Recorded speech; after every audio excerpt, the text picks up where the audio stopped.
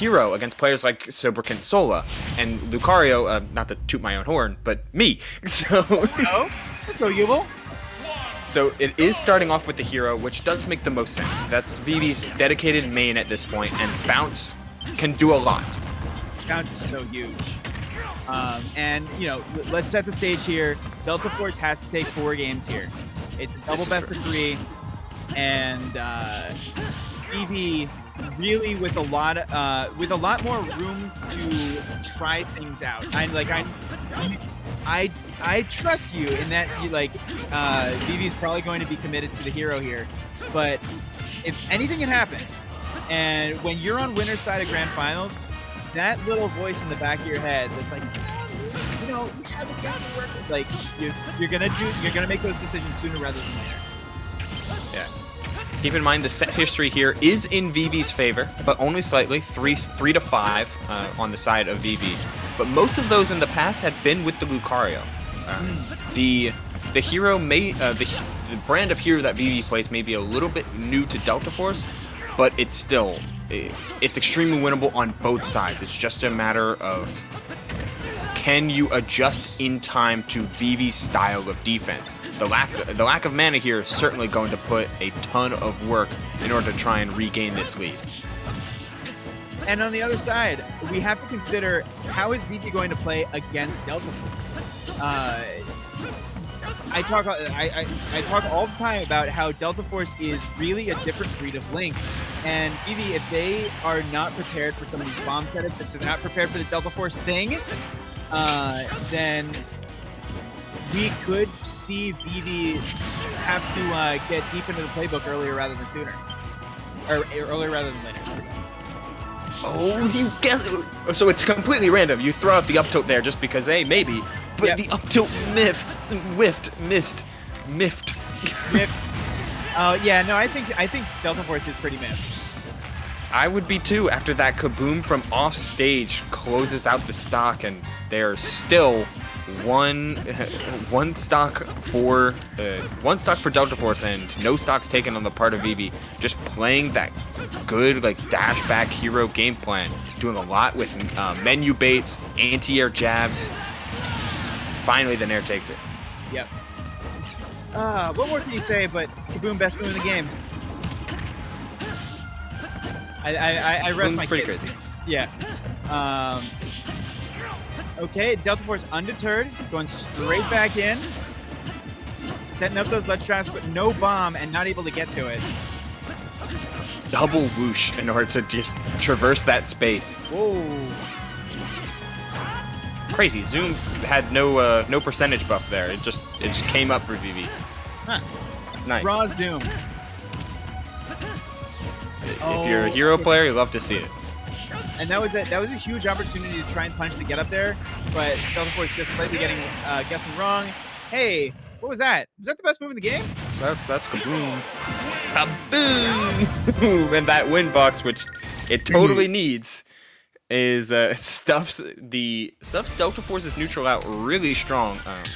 As we see it in this clip here, Flame Slash, just a lot of dash back, a lot of movement, a lot of jumping, and while Deltaforce has definitely been able to get super far because of that different style of Link they play, it's sometimes really movement happy, so might as well double down on it. The Dark Link submits to the Sheik. Let's see how this plays out. Yeah. So, I mean, you're gaining a lot of speed, and you're forcing you're forcing Vivi now into that Accelerado to try and keep up with Sheik's close down speed. So let me give you a history of the Sheik, right? This is a Sheik that is picked up and dropped basically every 2 months. Because Deltaforce, Deltaforce loves this character, but feels like they need to hard focus on Link in order to make sure that the Link is up to snuff to get the wins that they need, like the wins on Jackal. Right. But Sheik is always a character that they keep in their back pocket for things like this. It's sometimes just enough of a change of pace to turn sets on their head. Just for such an occasion, And you mentioned the change of pace. I am very, very impressed by like the seamless switch here to Sheik. Like this Sheik is powered up, it is sped up, it is revved up, and it is cooking. Needles might just be that like different kind of projectile. Like it's a projectile that you can constantly use to apply a mid-screen pressure, but not something that you're overcommitting on, so bounce doesn't feel as bad. You're not as constantly worried. Oh my! But you can always play that kind of needle dash dance kind of game plan, play the whiff punish move, and get right into Vivi's face when they want to try and pull many to dissuade you. The speed is on point for Deltaforce right now as they are looking to take this game too and turn this set into a counter pick game. This Sheik is insane, dude. Where's It's moving. Oh my god! Just throwing needles to the right for the hell of it? Yeah, whatever. I got more. And like the crazy aggro off stage play earlier with the down air, forcing Vivi into a snap decision up B. Deltaforce has come alive. This is quite literally okay. The psych up forward throw will do it, but Yeah, I continue. I feel like I have to say it again. This is the best I've seen Deltaforce play. Period. Oh, for sure, without a doubt. Which is also saying a lot. Oh yeah, they've been on 3 straight PRs, and they only seem to be getting better and better as the sets go on. Looking for maybe a little bit of an overzealous read there, but Vivi in a little bit of a back foot as 3 for 3 bouncing fish eye moves. Okay, now I don't want to be the guy to throw cold water onto things here, but I gotta say, that's as good as it ever gets for Sheik. It doesn't get better than that. It most likely gets worse. It usually does not. It probably will not look that good in Game 3, and Deltaforce is going to need to keep opening up the bag of tricks here. But that being said, even just that game right there, but if Deltaforce is able to take this set with Sheik, that's so huge for him just as a player. That's so huge for his confidence with this pick because the Sheik looks real. The Sheik is in practice. They're just also too punishing to play to sometimes maintain consistency. But optimistic Sheik mains like Mr. R or Void, etc. Or even WebJP. WebJP, right? Like they will put they'll put Hero in winning, obviously, but then they'll even look at the FGC reps, and while yes, the room for error is slim to none, they still put Sheik in winning. Yeah. Well, okay, here's the thing, and I have said this about Sheik for years across multiple games. Sheik wins so many matchups until she doesn't. Yeah, that's a good way to put it. And like that is something that you run the risk of seeing here against these characters that are so explosive. But Deltaforce playing super clean defensive gameplay, DI on point, positioning on point, not really putting himself into a bad situation.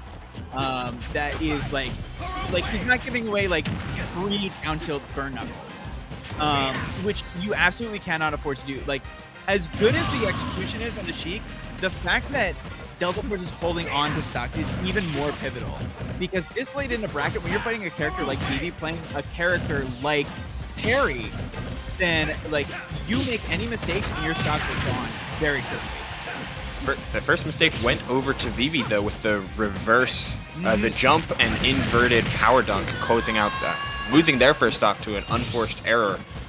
This one though, getting the up B out of shield for Vivi.